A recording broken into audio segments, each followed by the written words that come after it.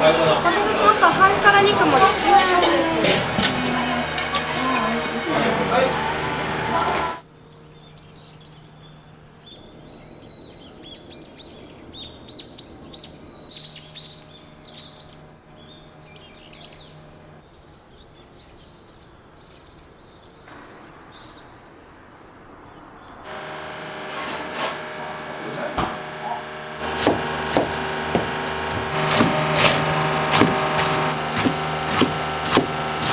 スープはものすごくシンプルにキャベツの香味油を抽出しながら、もうシンプルにニンニクの香りと、生の醤油使ってます。やっぱ生の醤油使ってますので、酸化してないっていうのが一番のポイントですか。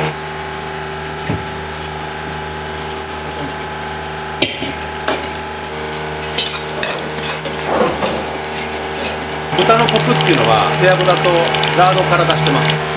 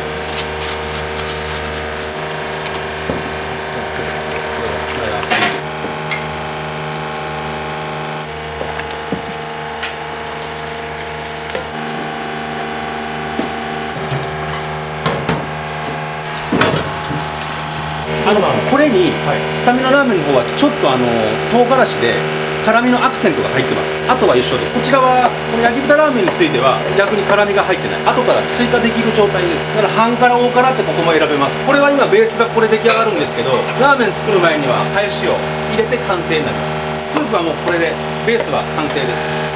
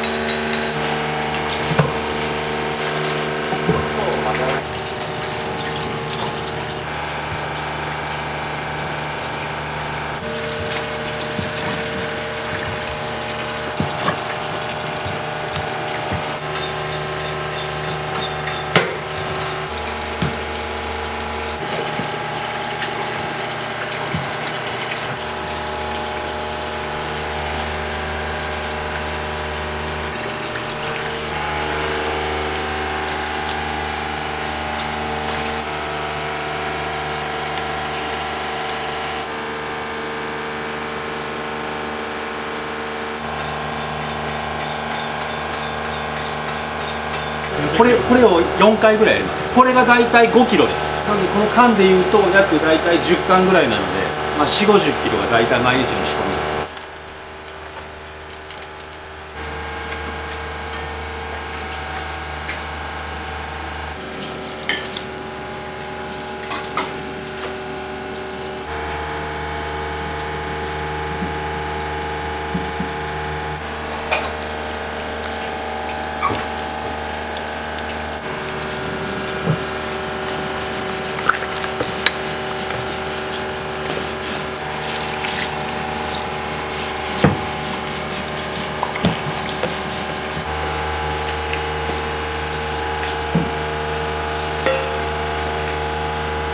は焼き豚だけ使ってる3種類の醤油をブレンドしたものです。たまり醤油。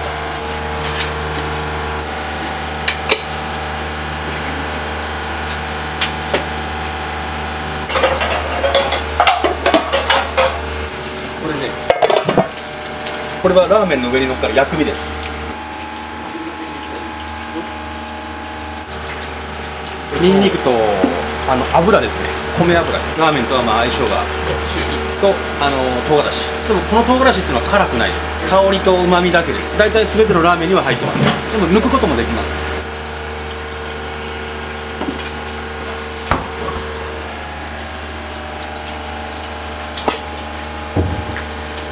前日につけて半日ぐらいですね。で今朝一番につけるものも夜にはもうこの状態になる。一番タレっていう一番濃厚なタレで1回つけたらもうタレはもう廃棄になるっていう純度の高いタレ、それも継ぎ足しのここから抜いたもので味玉を作ってる。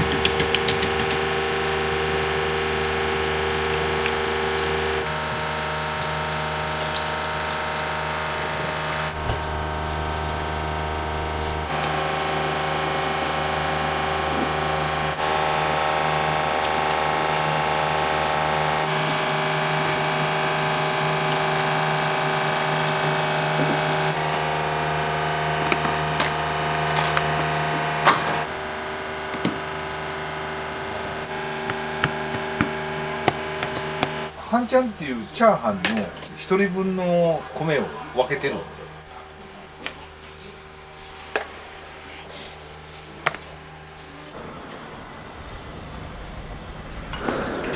国産ニンニクです。自家栽培です。畑で栽培してます。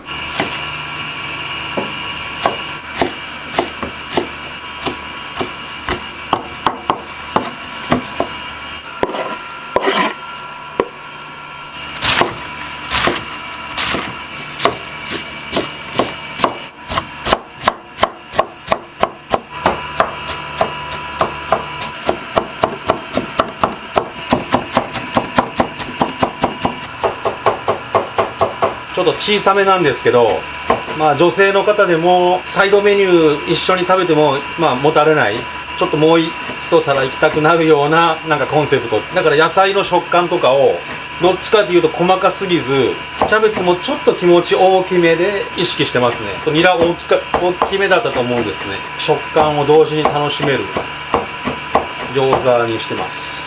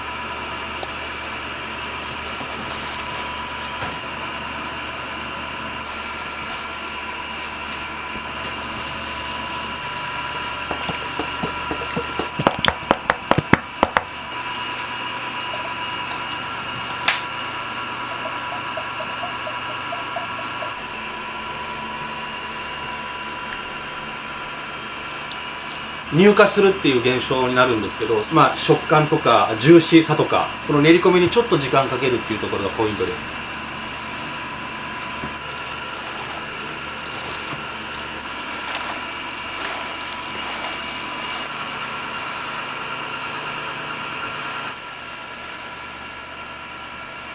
5分後もう少し練り込んだ今ともうちょっと形が変わりますんで、その時間と練り込みともう少し時間かけてあげればあんがこんなに変わるんだなっていうのを3年目ぐらいに偶然発見して、それからもうしっかり練り込みを時間決めてやるようにしたまたまそのあんをちょっと30分ぐらいほっといたんですかね。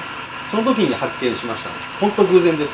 それまではもう練り込んだらすぐ冷蔵庫で寝かすとかいろいろんなこと試してましたけど、なかなかこのあんにはたどり着けなかったんで、練り込みの重要性っていうのはすごく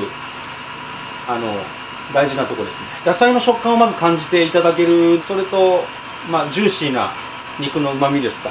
やっぱり味付けをそこまで複雑にしてないですから、シンプルにヘルシーで美味しくいけるんじゃないかなと思います。もうちょっとです。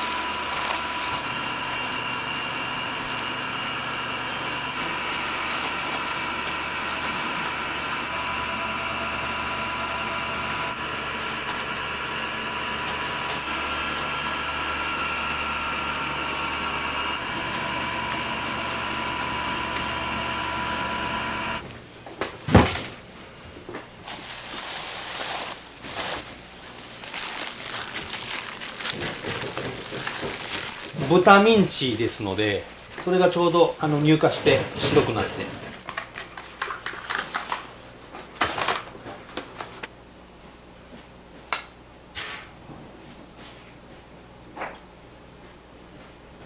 皮にもやっぱ命がありますんで、僕がここで使ってる皮はこれすごい薄い透明感のある皮なんですけど、これラーメンでいうと加水率の高い皮なので弾力があってもっちりしてます。パリッとしてさらにもっちりしてジューシーっていうのはこの皮です。これ不思議なことに餃子のあんが完成したと同時に偶然出会ったんですよ。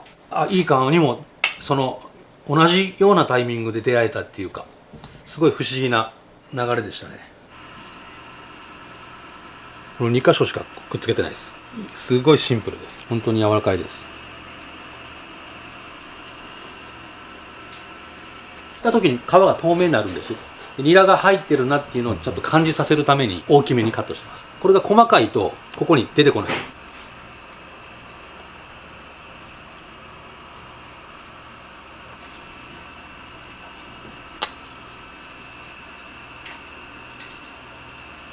お正月5日間休む以外はお店に仕込みであったりいろんな形で携わってます。あんまり働いてるっていう感じじゃないですけどね。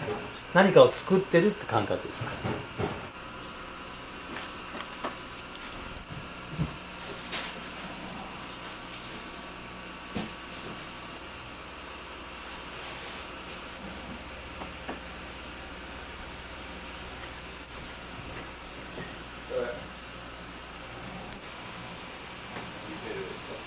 こんな感じです。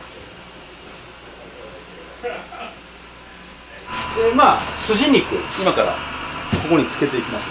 本当に肉質としては国産の筋肉です。中海さんは岐阜におるんですけども、産地は九州です。でよく筋肉って硬いとこばっかってあるんですけど、うち筋肉全部柔らかいです。もう国産の霜降ってる筋しか使ってないです。だからもう全てが柔らかい。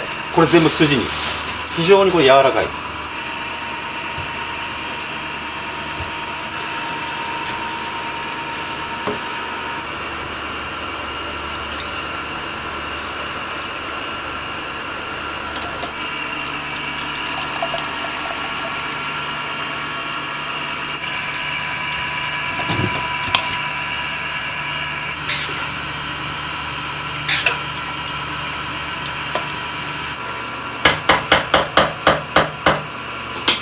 他にも店舗あるんですか？はい、あります。この焼き豚を使った、スタミナラーメンですか。さらにニンニクをもっと強調したスタミナラーメンの専門、あとは焼き豚を使った味噌に特化したラーメンですね。じゃあ今3店舗を運営されている。今4店舗。4店舗。はい。同じここでやってる同じことをやってるのが東京の葛飾区に1店舗。なので葛飾区の堀切菖蒲園という駅がありまして、そちらの駅前にあるんですけど、そこも本当に焼き豚ラーメン3条として、ここと同じメニューが食べれるようになっています。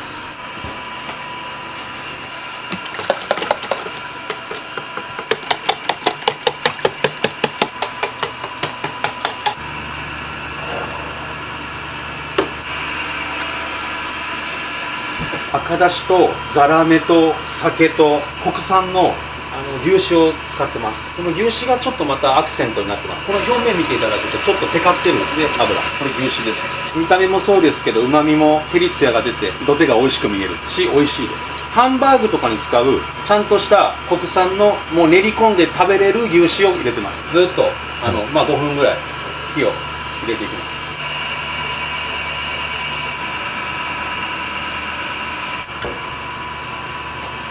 土手は、前日にまずアク取りをして、アク取りしたものを食べやすい大きさにカットして、でアク取りしたものを、ボイルですね、3時間とか。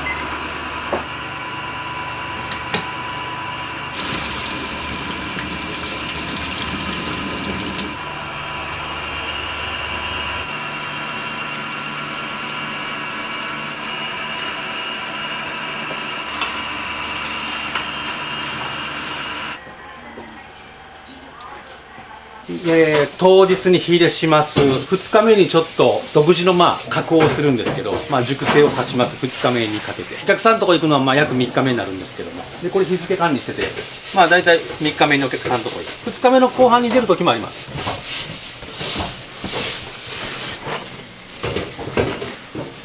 炙りっていうのが2日目にあるんです。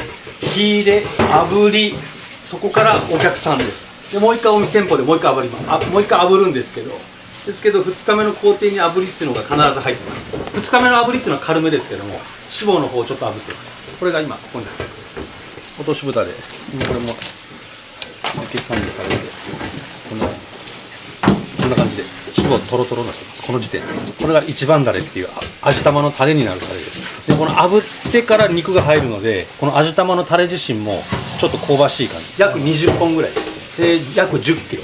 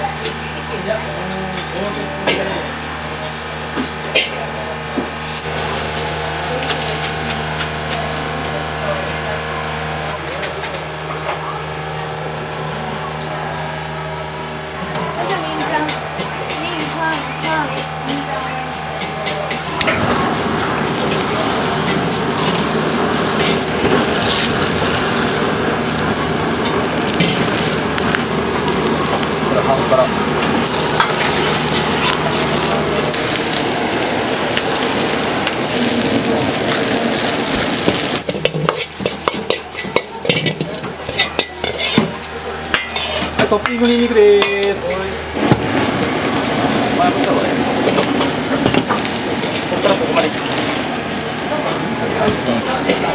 辛大盛りニンニクはい4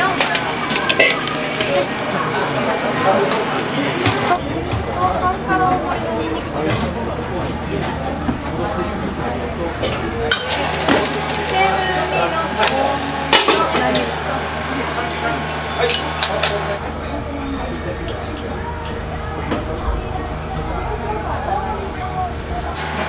半から半分。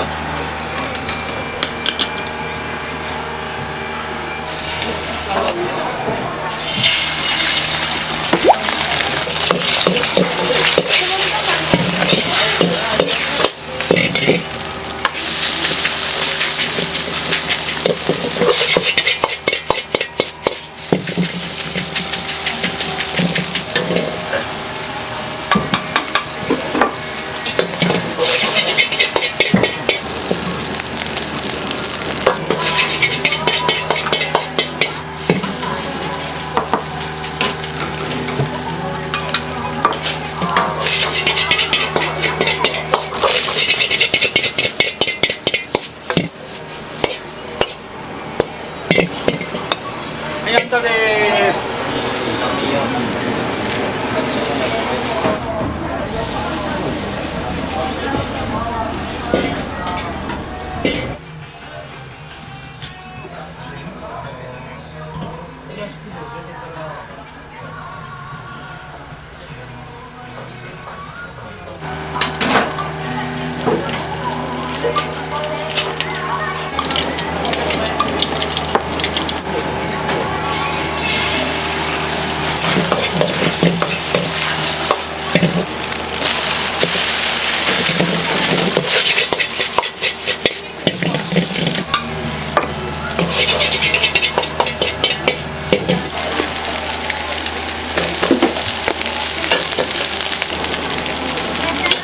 いらっしゃいませ。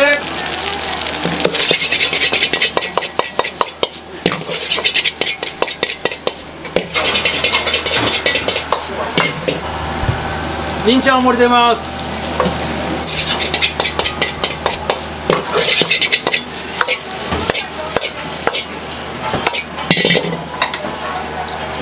りんちゃんお盛りです。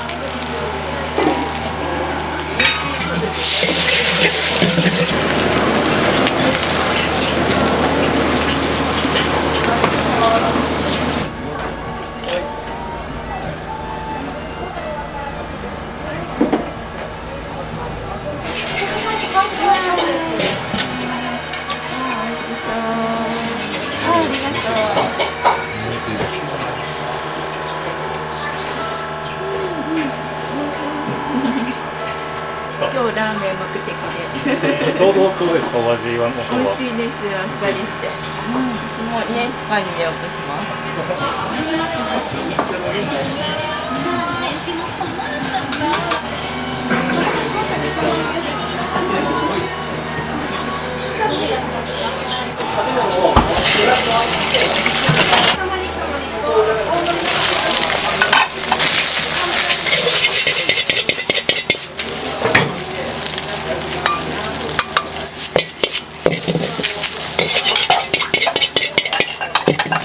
半チャン出ます。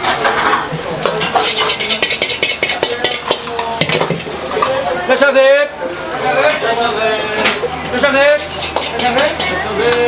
半チャン。半チャンです。半チャン盛り。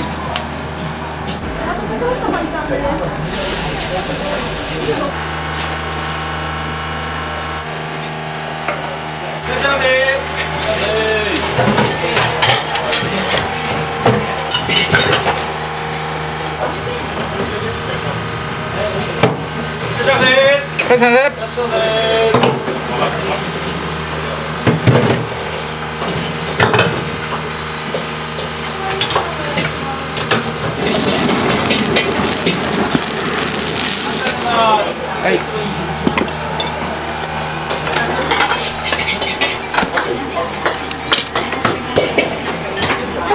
ラーメンで半ちゃんです。勉強です。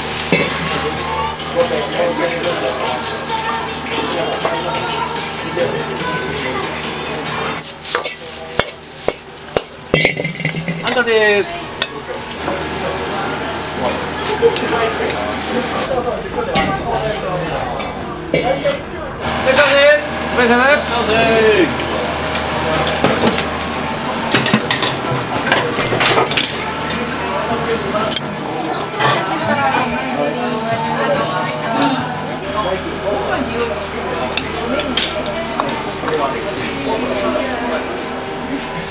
ボードも面白いっていう。じゃあ肉盛りですね。お待たせしました。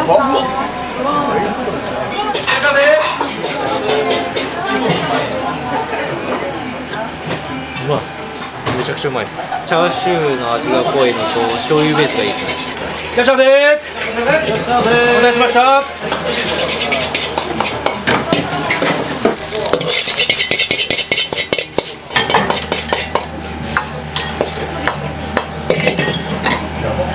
はい、りんちゃんでーす。やんちゃんでーす。半ちゃん2です。はい。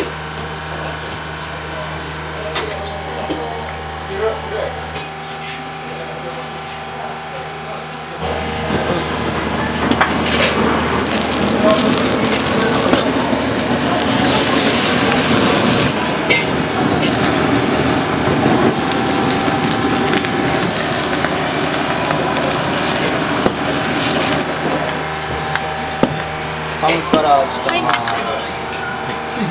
これ何々。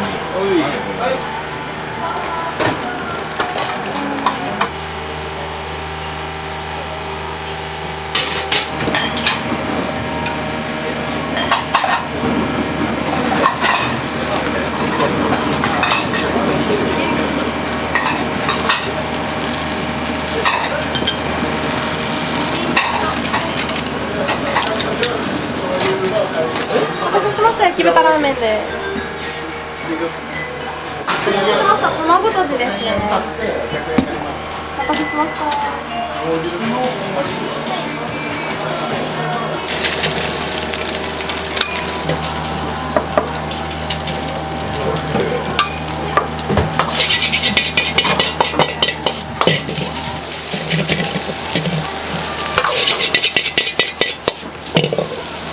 半ちゃんでます。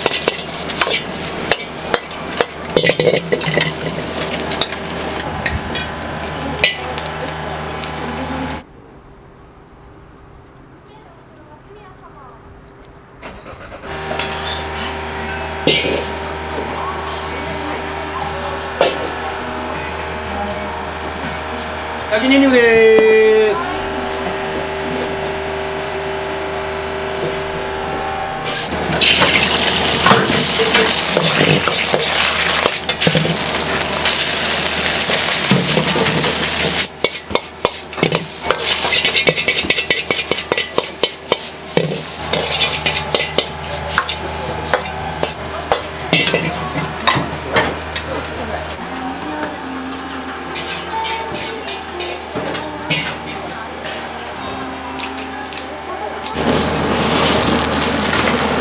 5、6なりね。はい。り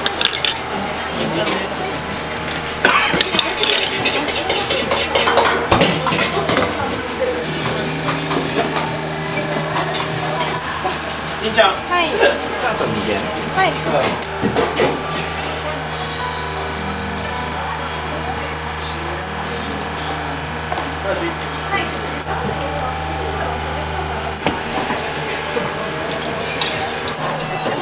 5手ですね。大好きなご協力ありがとうございます。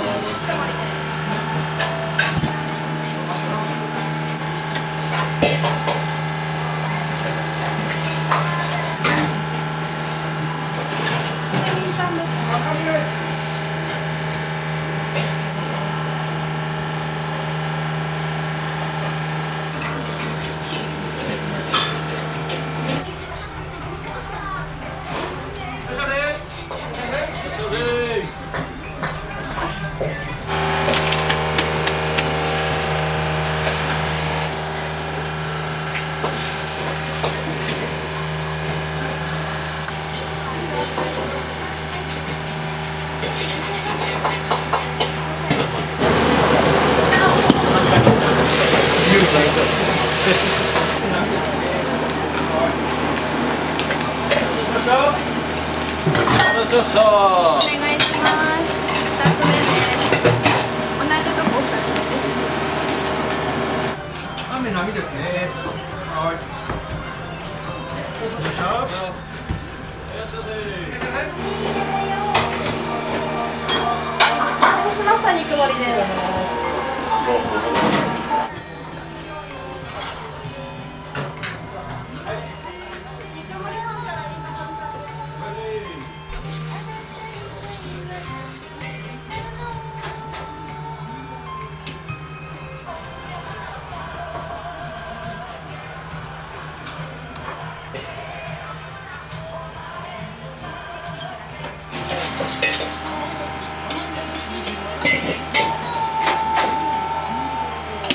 50円の飯です。ありがとうございます。ありがとうございます。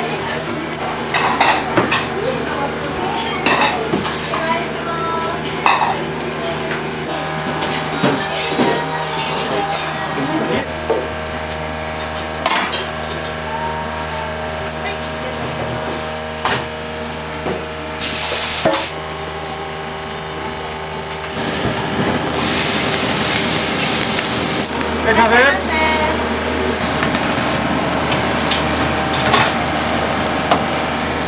お願いします。お待たせしました。半辛肉盛りです。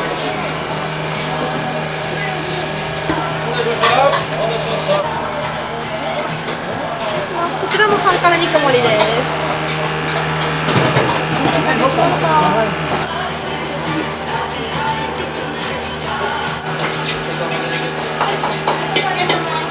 じゃあね。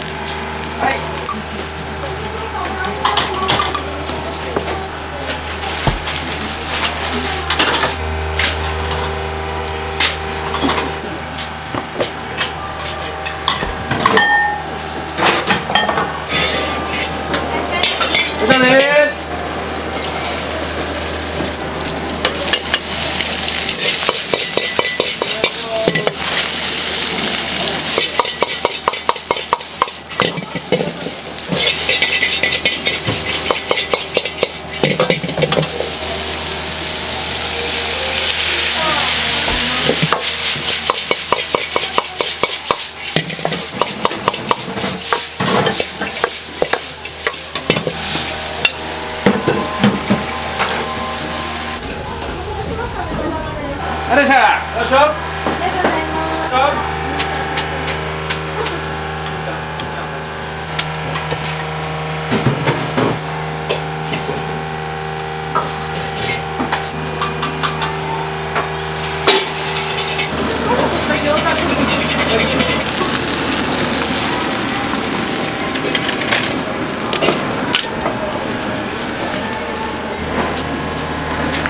あれさ。ありがとうございます。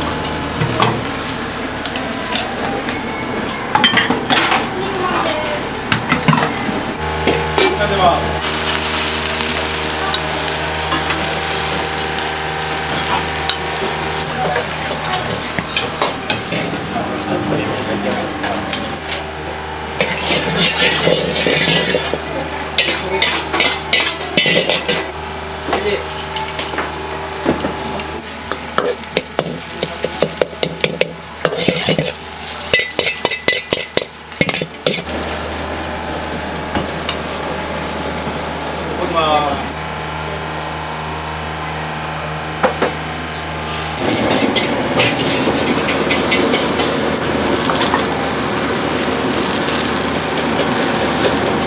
お願いします。見れば。半辛大盛りです。2です。大盛りニンニク大盛りニンニク肉盛り。大盛りニンニク肉盛りから肉盛りです。お願いします。ラーメンの半辛です。半辛味玉ニンニク。はい。でニンニク説明したのニンちゃんの方がいい。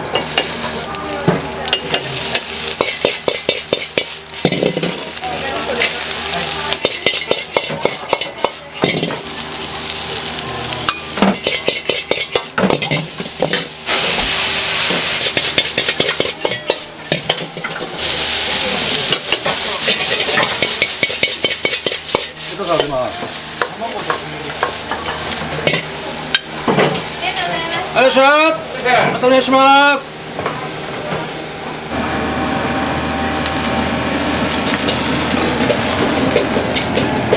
ニンニクお願いします。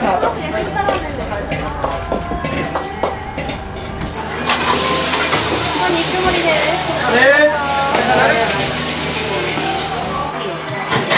手が薄い。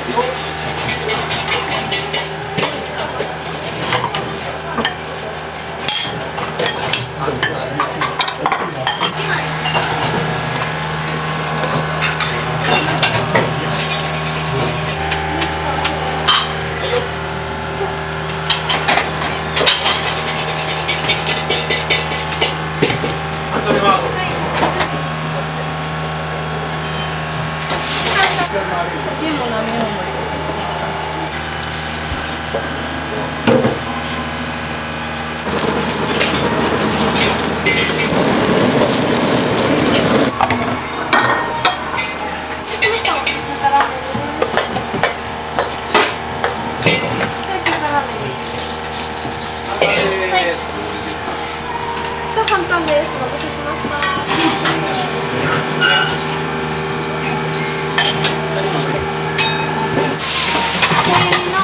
右の何かです。はい。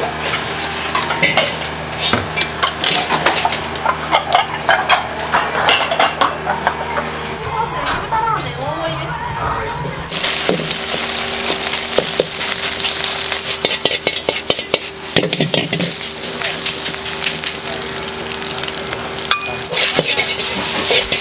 じゃあこれ出ます。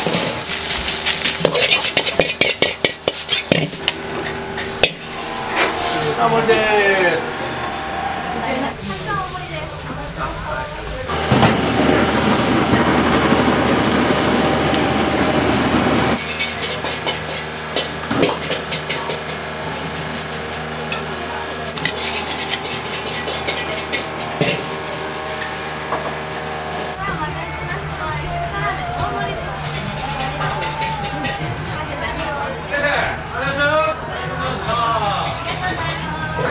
前からごめんなさい、半ちゃんです。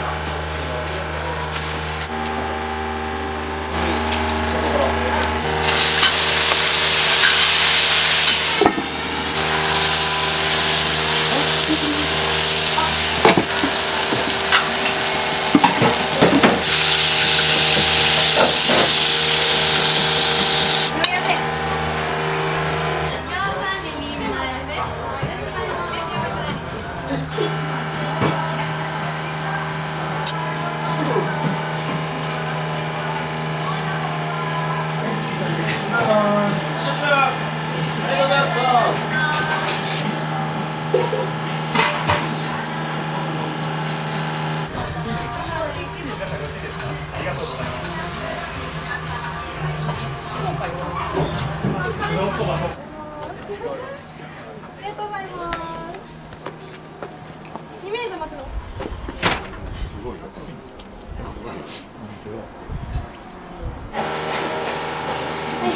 以上でお待ちください。肉盛りと並と大盛りです。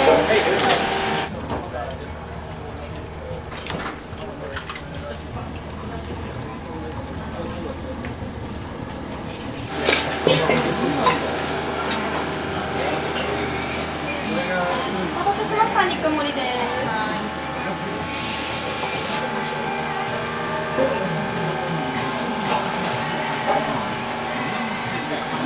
お待たせしました。肉盛りです。はい。した焼き豚ラーメンと大盛りです。はーい。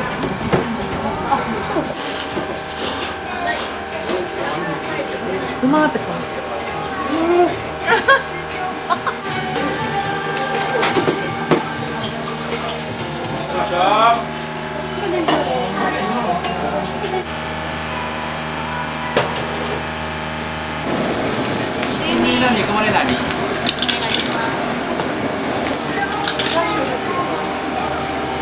しました焼き豚ラーメンです。大盛りです。お待たせしました。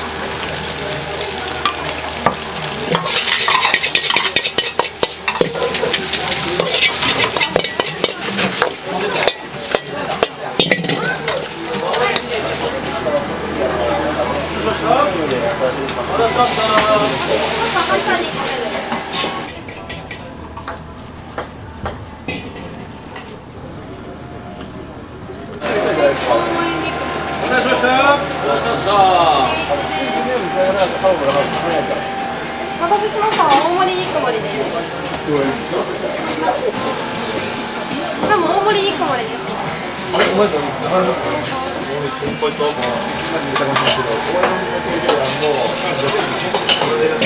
でも大盛り肉盛りですね。半ちゃんと餃子もう少々お待ちください。半ち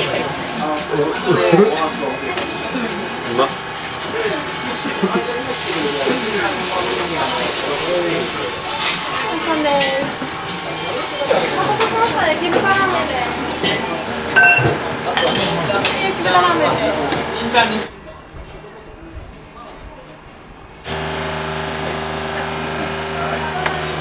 はい。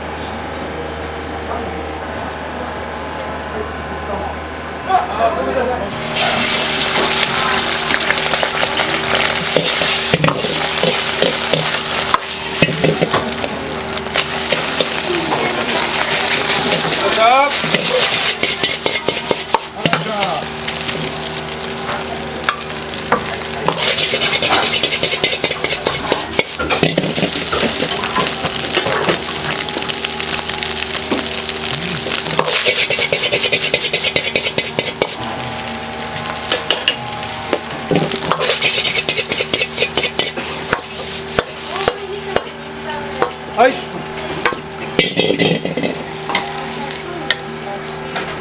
ゃあ盛りで。1番。はい。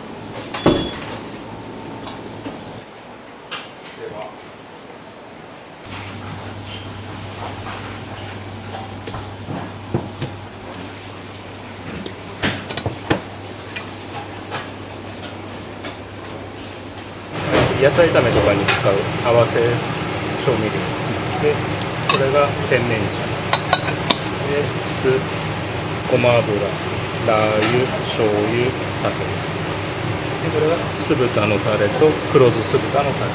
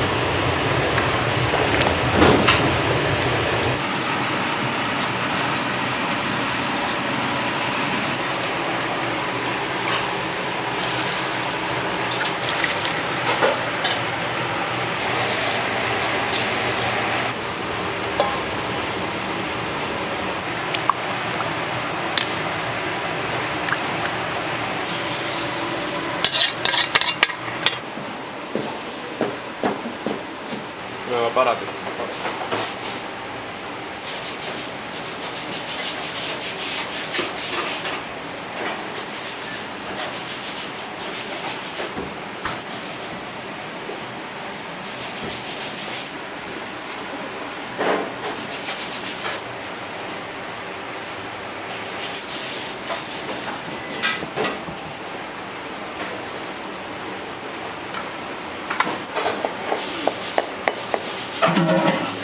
これをなんかまかないに使ってもらいます。今までのお客さんで一番多かった時って何人ぐらいいらっしゃるんですか？1日ですか、はい。ね、600人から700人近くあったと思います。これ食べてほしいメニューみたいなのってあるんですか？ C なしは3人に1人ぐらい食べてると思います。三国の天津飯は別名で飲める天津飯っていう風に言われてて、すごく量食べる人だともう何杯でもいけちゃうみたいな、わんこ天津飯みたいな言われ方はよくしますね。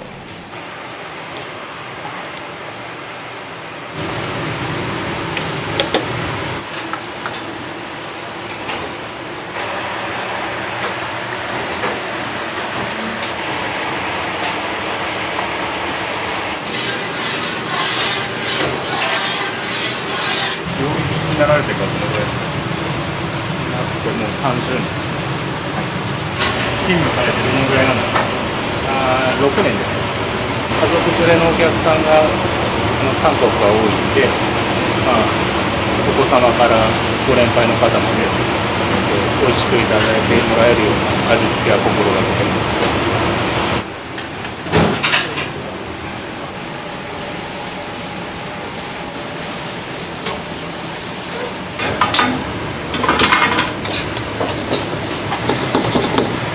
大豆の塩漬けにしたやつです。これを麻婆豆腐のベースに使ってるやつ。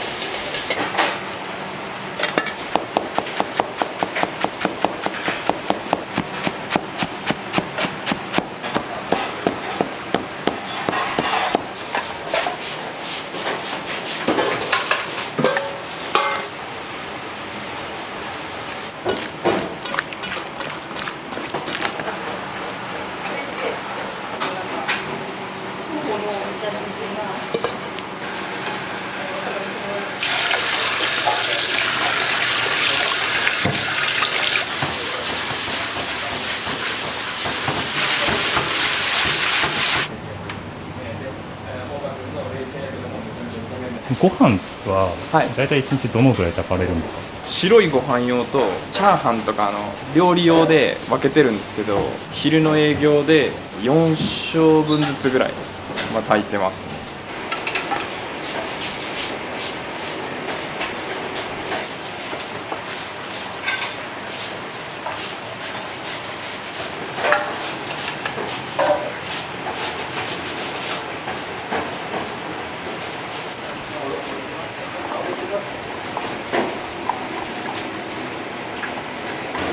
これはチャーハンとかのご飯味はついてて、お米に味がついて。そうですね。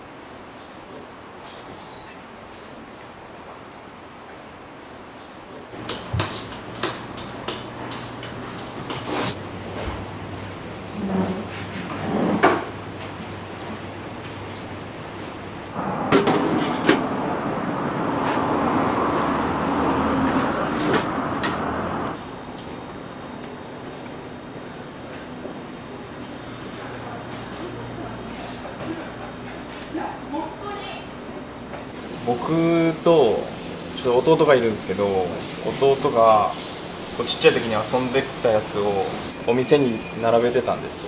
遊んでたんですよ。そしたらお客さんが「お店に並べたらいいやん」みたいな言われて、で慌ててこういう箱作って、こんだけやったんです最初。社長のコレクター癖が暴走して、向こうの方まで集めて、であと毎年買っていくって感じで、もう今あそこまで伸びちゃって、もう今足りない状態です。そうなんですね。はい、じゃあおはようございます。今日一旦ね、1日横井君が8枚いくときはその内容を共有した状態でいくんで。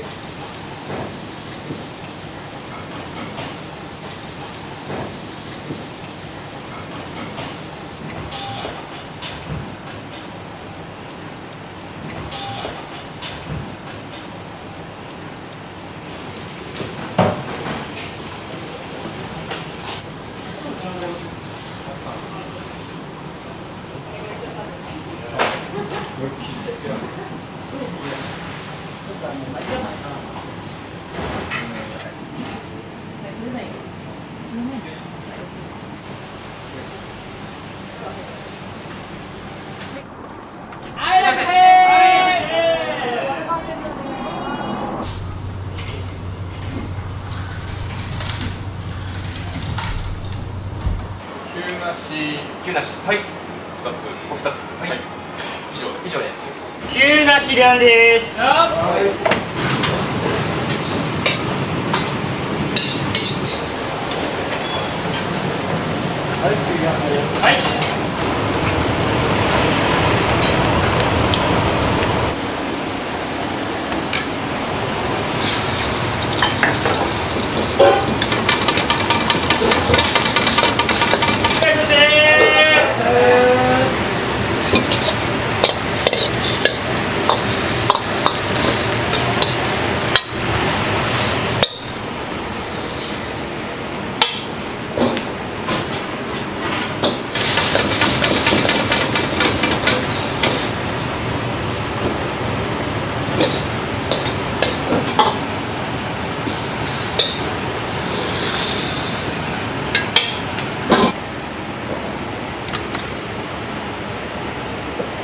お願いします。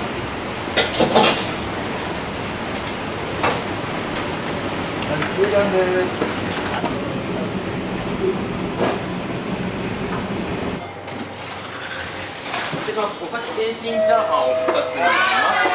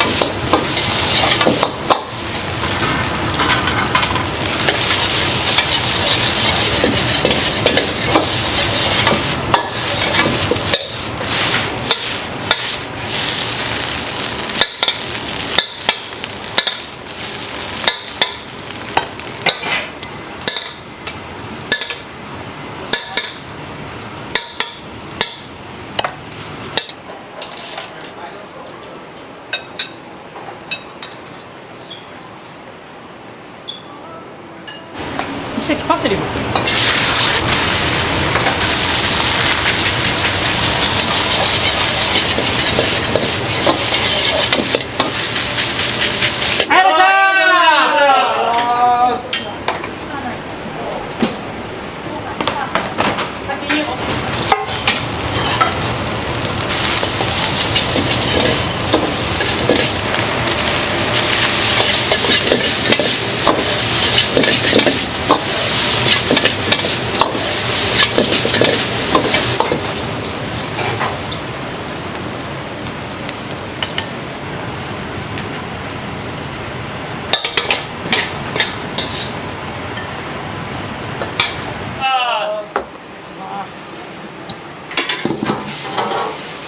はい、いらっしゃ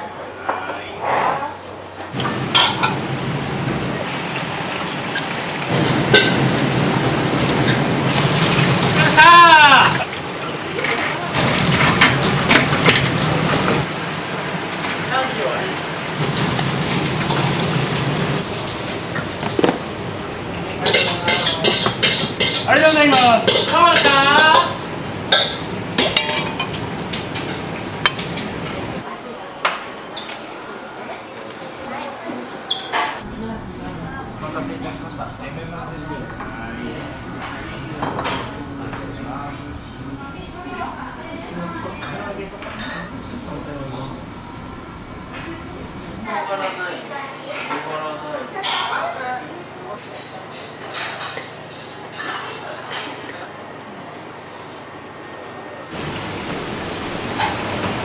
黒豚置いときます。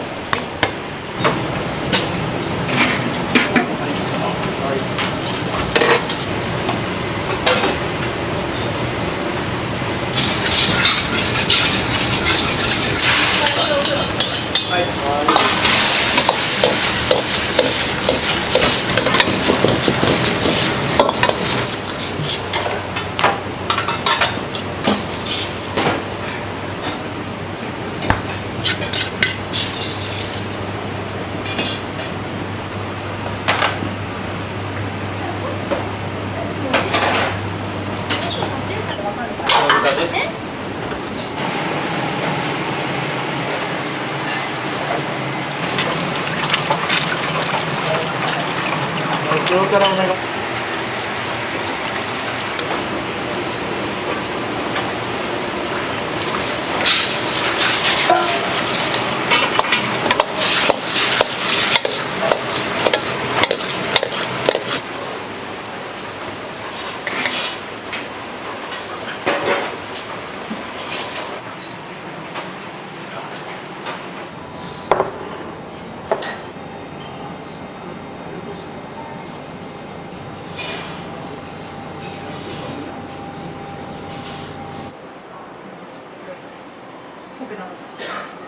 そういう感じじゃない。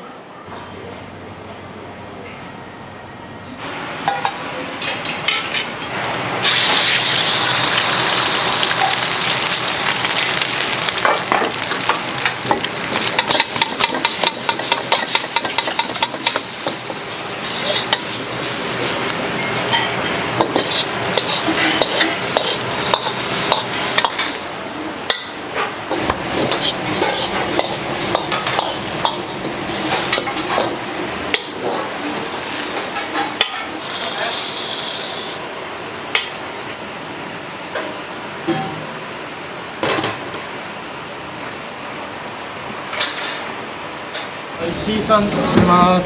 はい。お願いします。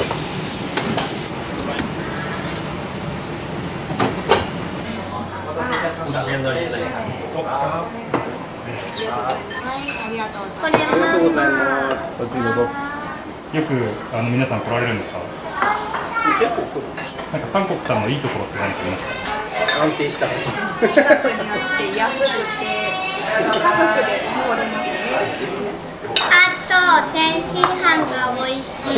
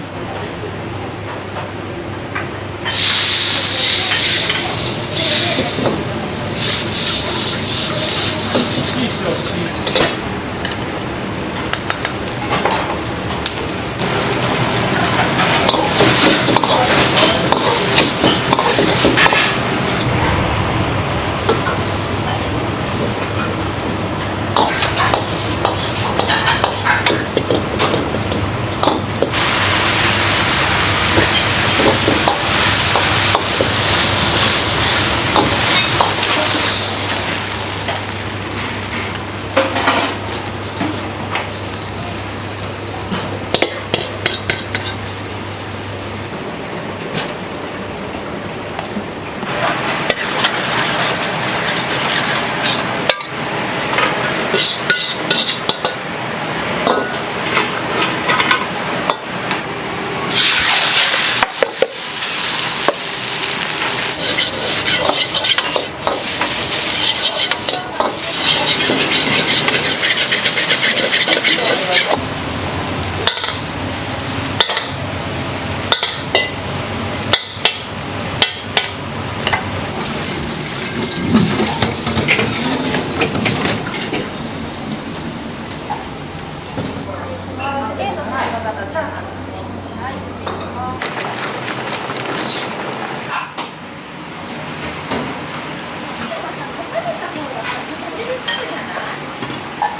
ます。天津飯のお客様。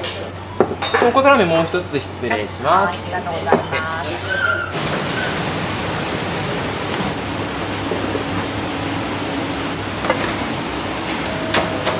はい、お願いします。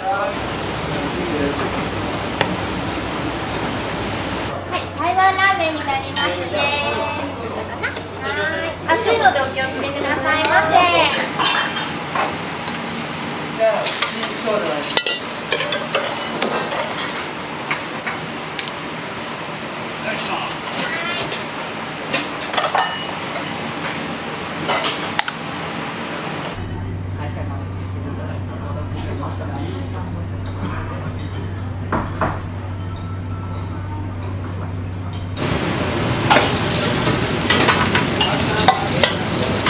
はいよ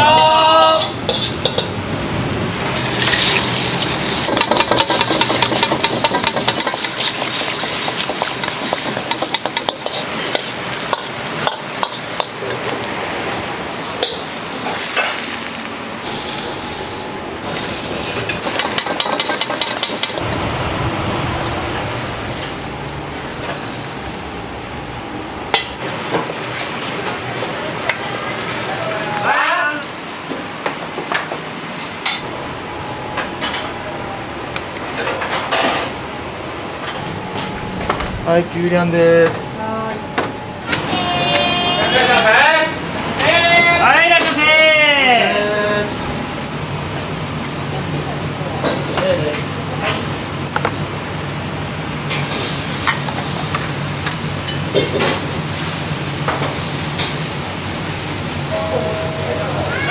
はい、お願いします。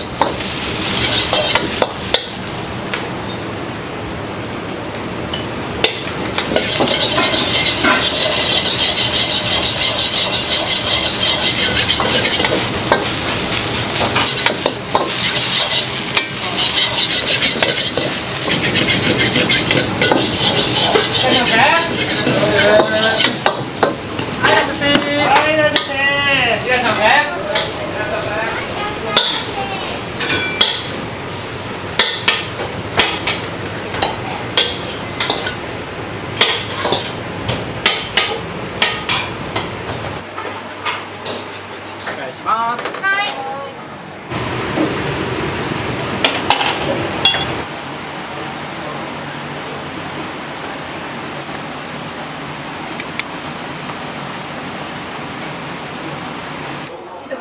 ここはよく来られる。大垣に来るたびにちょいちょい寄らせてもらってます。今日何食べられる？汁なし担々とチャーハンセットですね。素材がすごいいい気がして、味付けもすごい好みなんで美味しいです。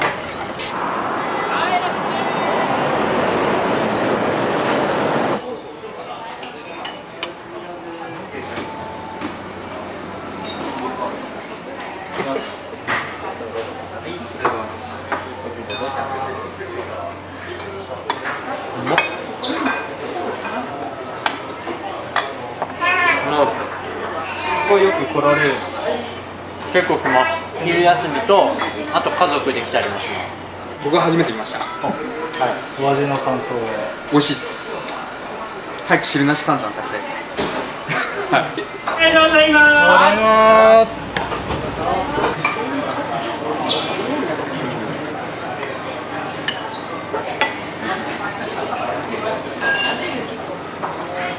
美味しいです。これが一番です。はい、ラストです。おうちの分と A セット A 台です。はい。はい、B です。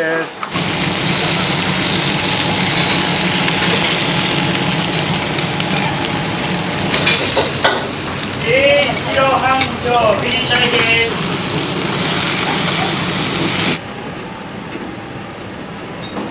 いいわいい。いや、俺。ネギだけいく。足びつおって。美味しい。おすすめのメニューってありますか？天津チャーハン僕は好きなんですけど。連れてきてもらって正解でした。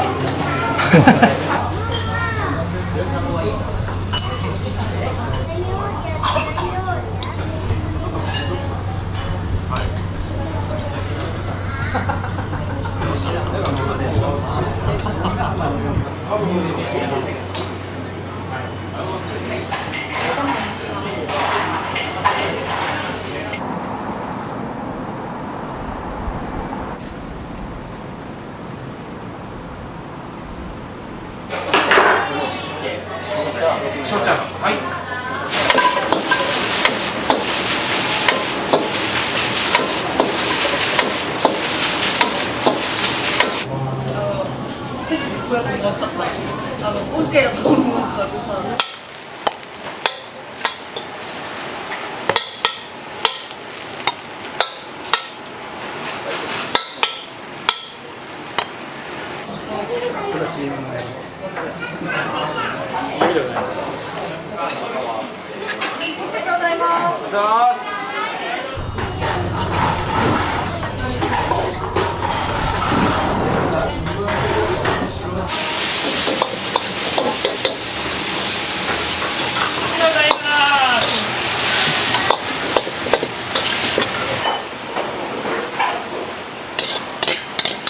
はい。はい、稲茶です。はい。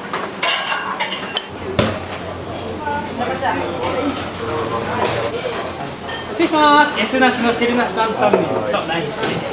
ありがとうございます。山椒大丈夫ですか？大丈夫。さすがですね。ごゆっくりしててください。失礼します。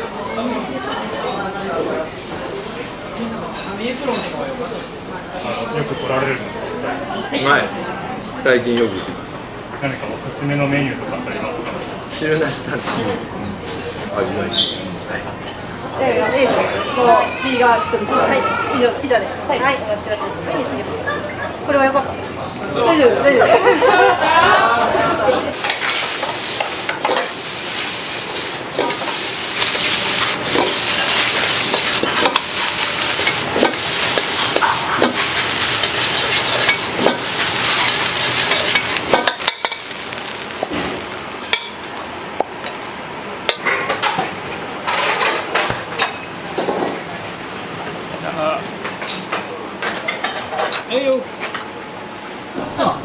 失礼します。セット醤油ラーメンですね。どうぞ。紙エプロンは使われますか？大丈夫。大丈夫です。はい。入ってくれたよ。うわ、嬉しい。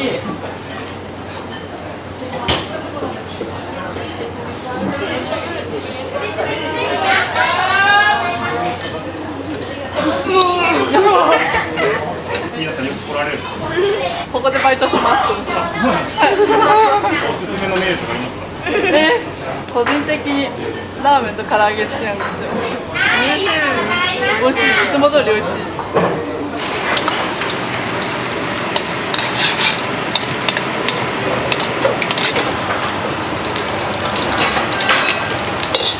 ありがとうございます。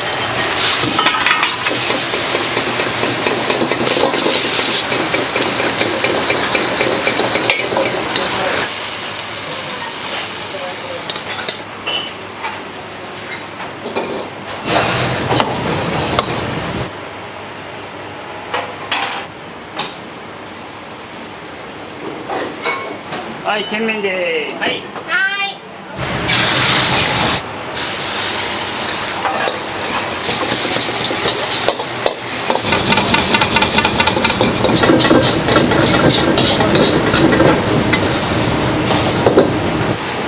バニラ、おこら、おこむ、しまでです。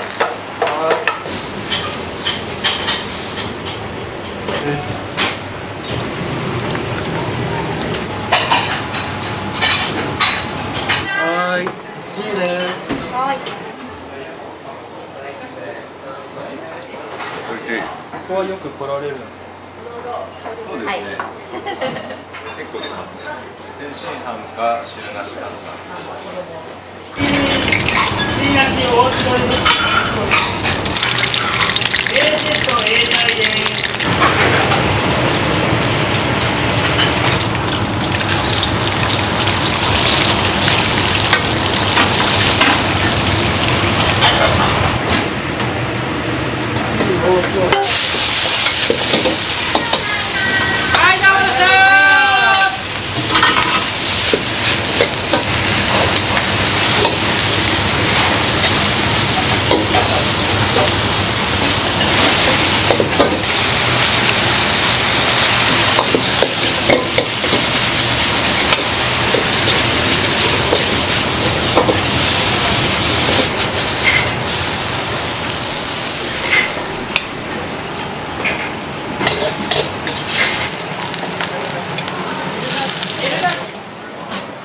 餃子です。お願いします。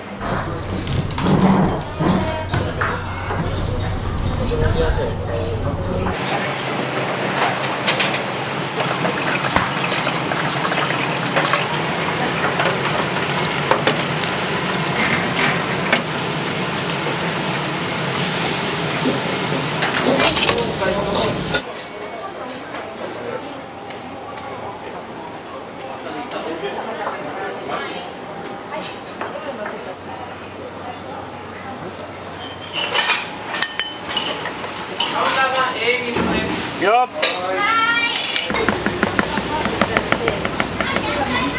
はい、いらっしゃいませ。はい、まぜです。お願いしま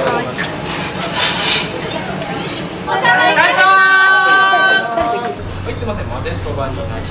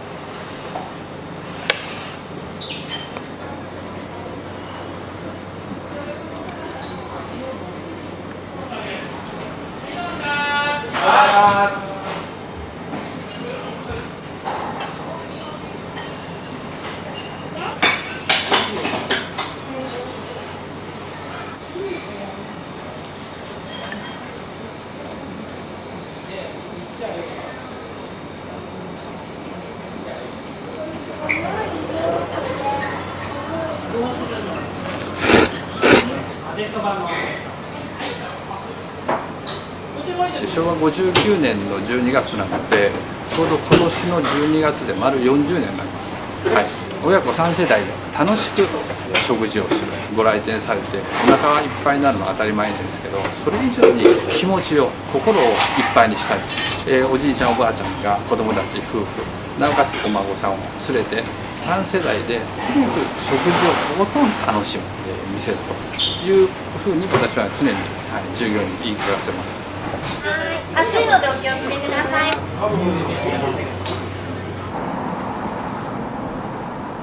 出るかい。チ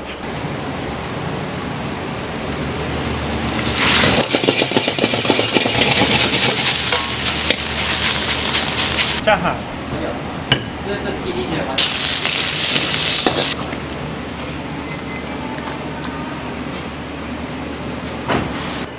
スタミナが一番おすすめかな。梅ラーメンね。種類が豊富でいいですよね。麺も美味しいし。お願いします。お願いします。ランチ安いじゃないですか。150円でこれついてくるのは、これは結構いいですよね。大好き。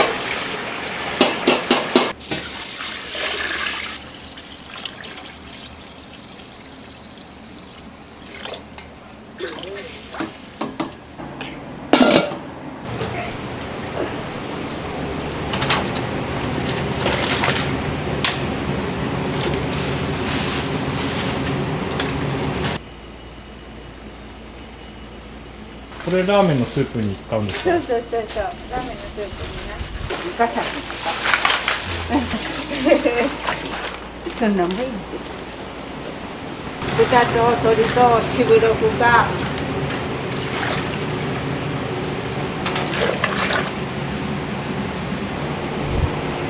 豚は混ぜて毎日継ぎ足してもいけるんやけど、鶏は毎日取らんと腐るんやな。鶏ガラばっかりやからさっぱりしてるよな。あんまりしつこくはないやん。だから毎日でも食べられるよ。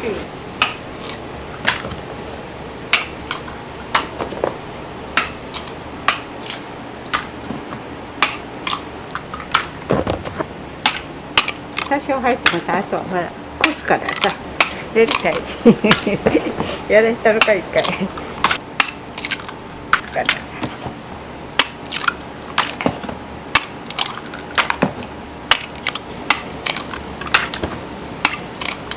今おいくつなんでしょう？74。74。え74なんですね。74。いい洗顔言って一番いいでも悪いがんやな。だから全摘したの。いいことですか？うん。いまだにご飯がもう一つ食べれへんでさ。でも元気やろ？すごい元気です。信じられないです。胃がない人とは。元気、めっちゃ元気やろ？はい。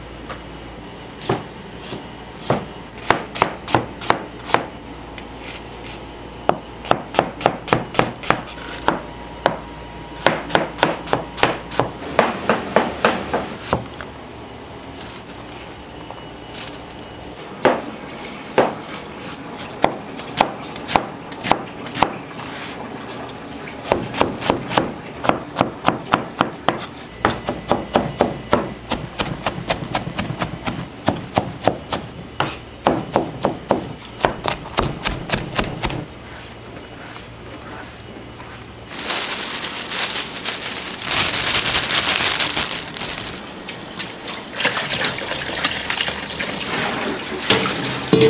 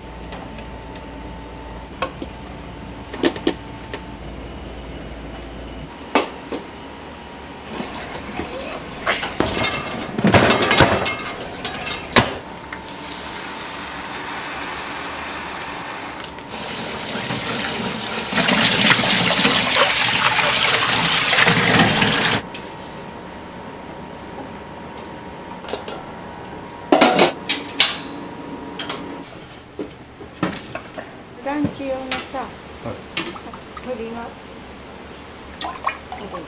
南蛮丼の食べ。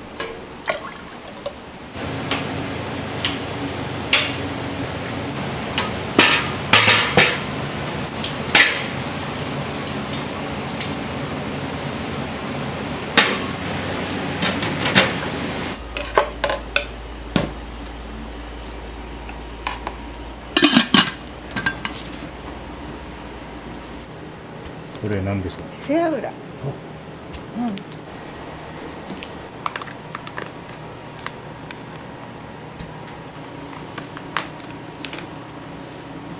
ん。ニンニクが大丈夫やったら、スタミナが一番おすすめかな。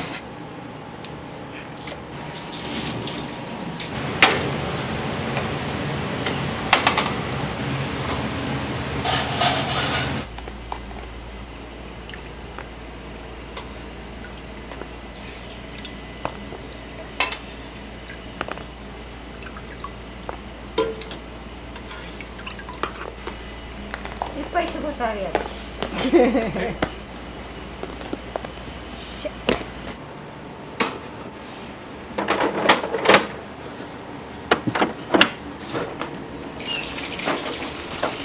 今度これ捨てて、沸騰したお湯。忘れてたらゆで卵になってます。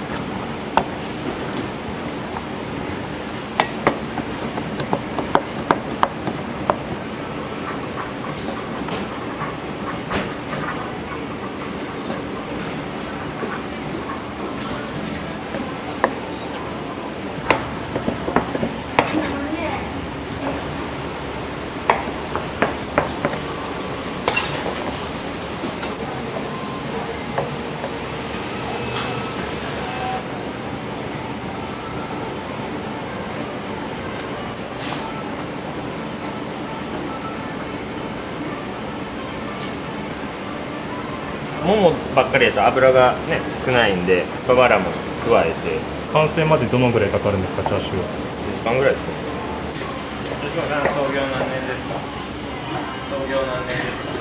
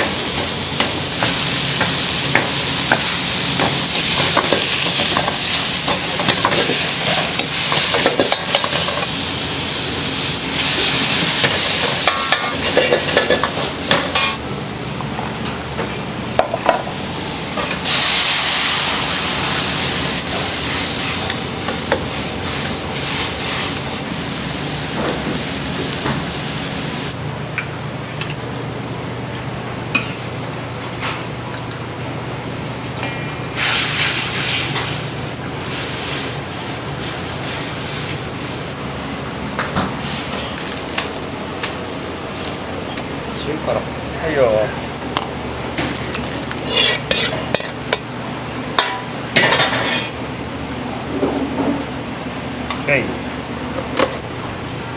はい、ごめんなさい、失礼します。スタミナラーメンのからの中辛です。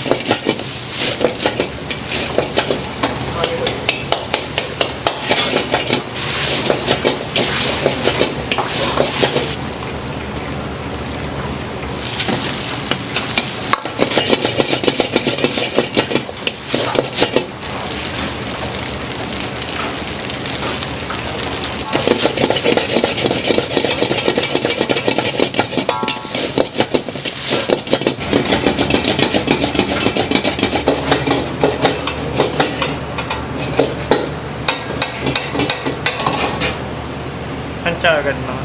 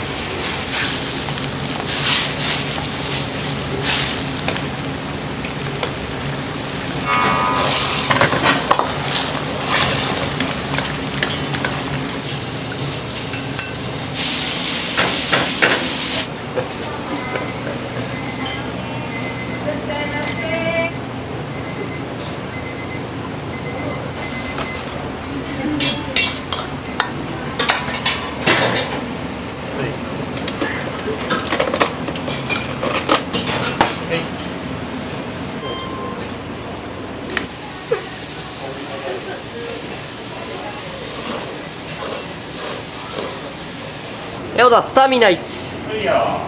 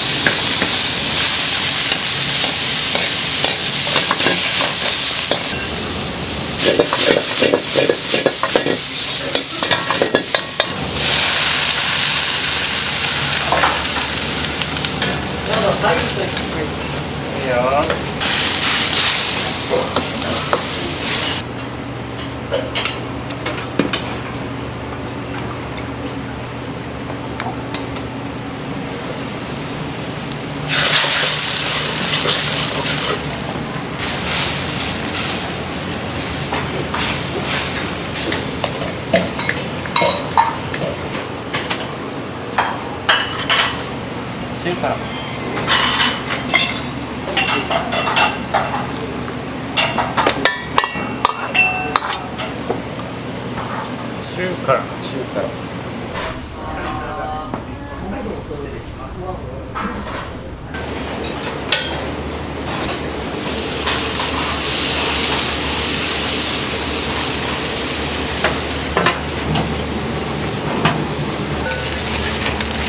はい、餃子1上がります。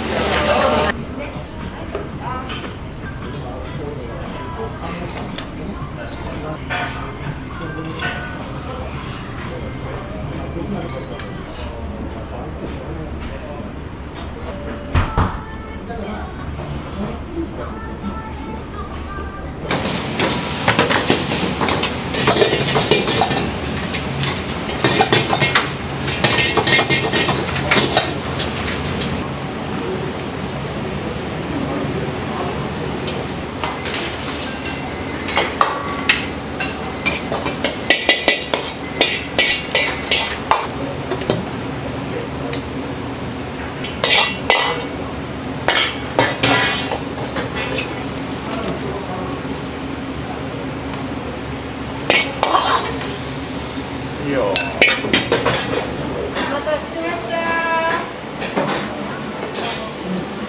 これ平打ち麺、太麺平打ち麺、太麺って感じ。これは台湾ラーメン。ラーメンの種類によって混ぜそばとか汁なし担々麺とかは太麺やし、他は細麺やったり。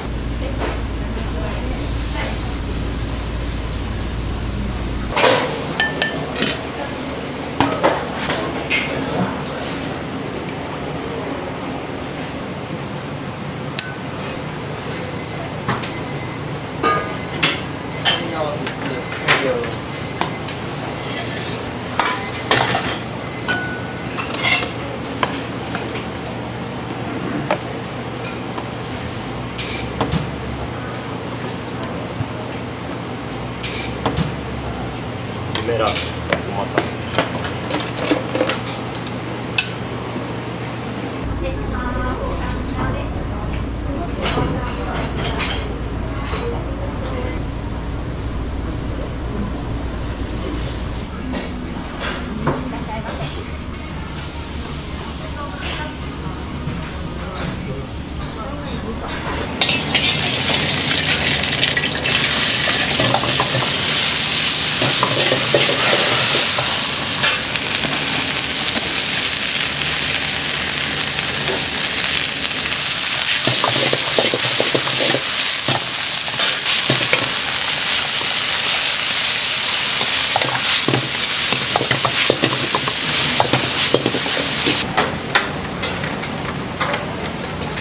で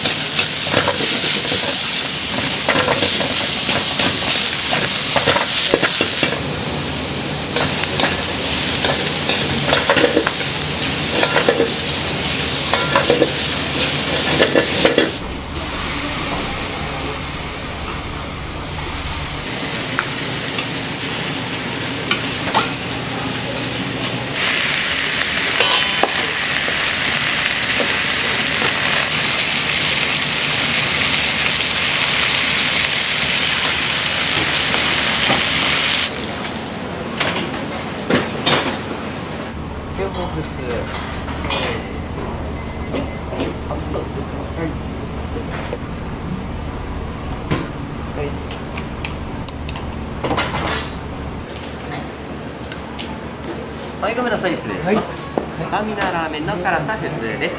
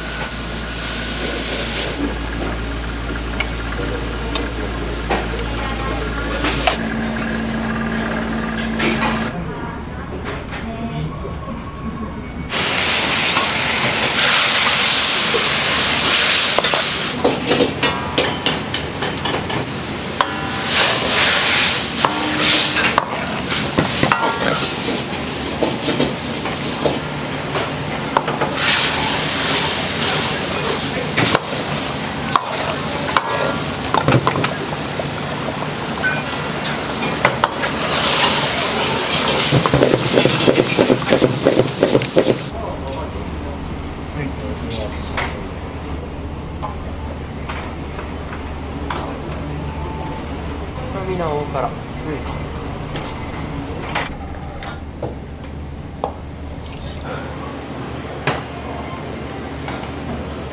願いします。失礼します。ごま油ですね。お願いします。スタミナ大辛です。梅ラーメンです。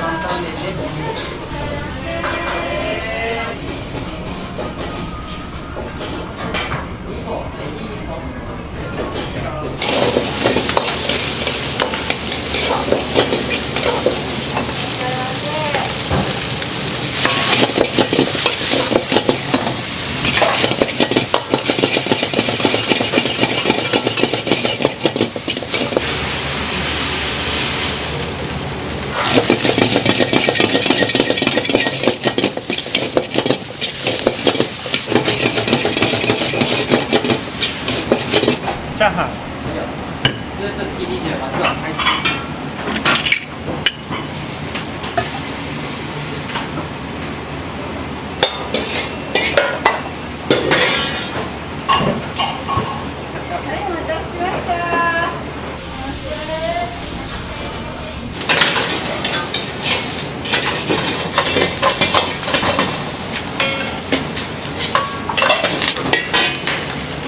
2個卵です。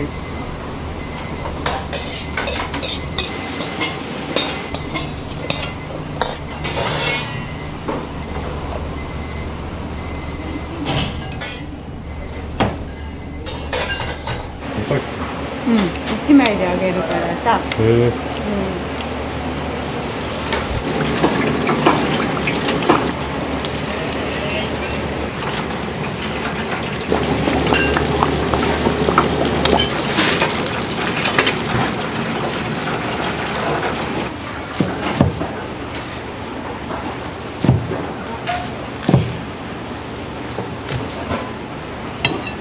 はい、ワンピース上がります。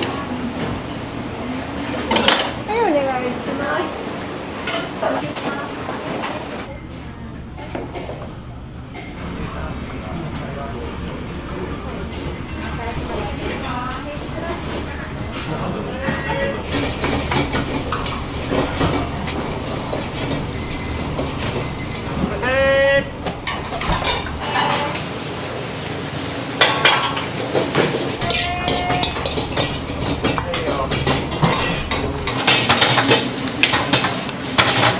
はいごめんなさい失礼します。台湾醤油ラーメン激辛です。はい。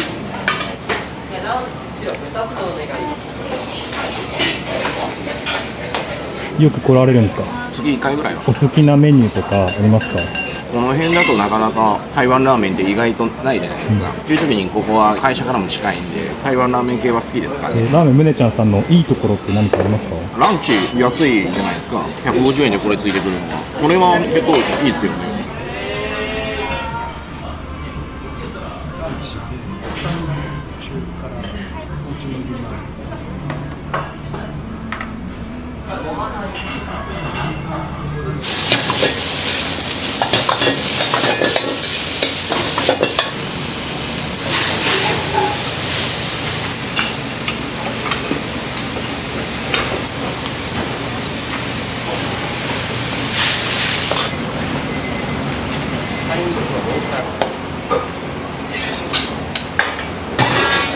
はいごめんなさい失礼します。スタミナラーメンの中辛です。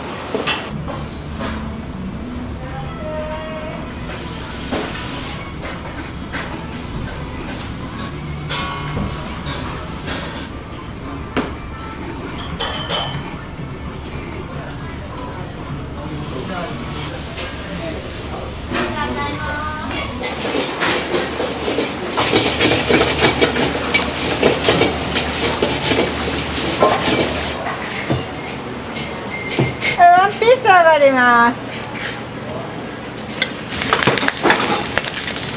味はつけてないです。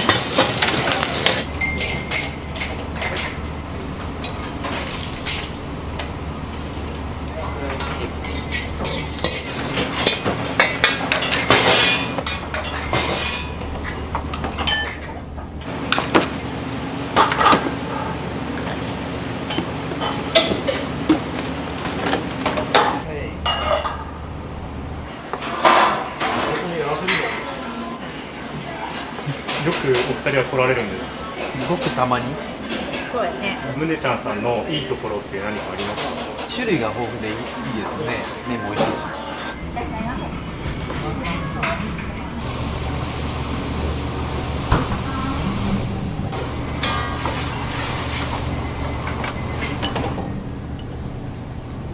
やだごまたりました。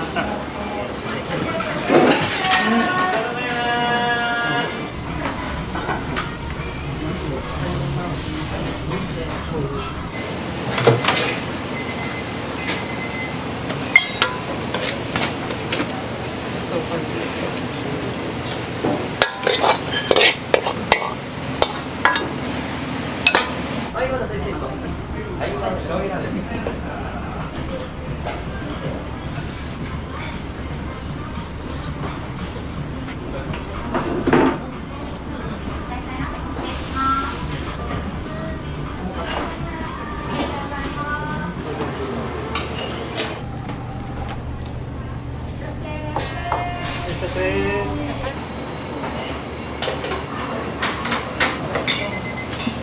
スタミナは中辛。お願いします。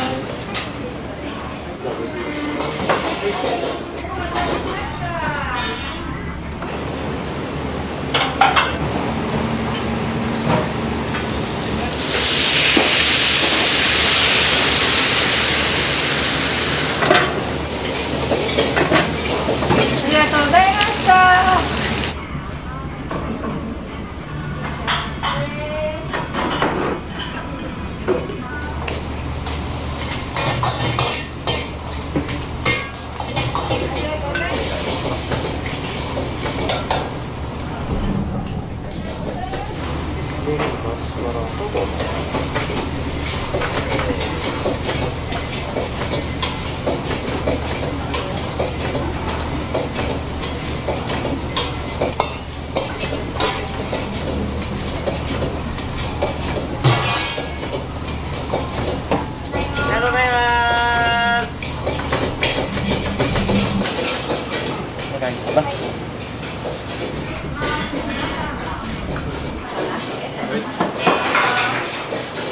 失礼します。ランチ2つです。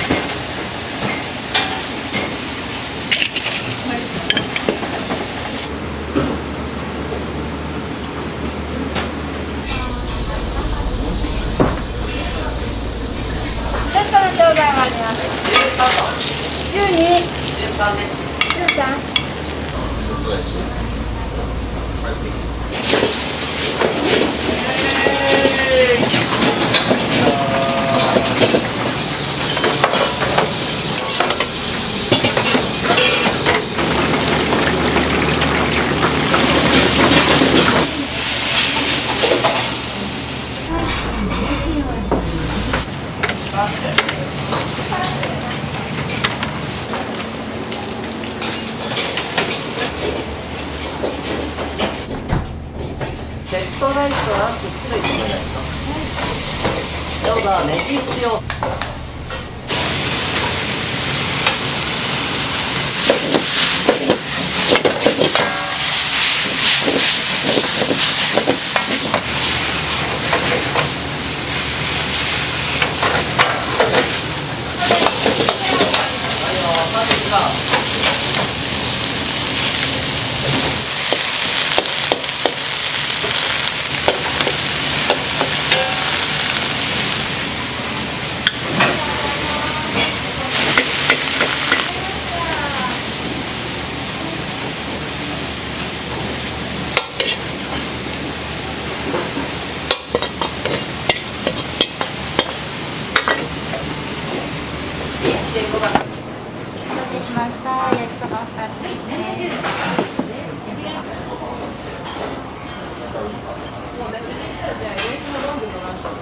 よく来られるんですか、皆さん。美味しいから焼きそばも好きなので大好きです。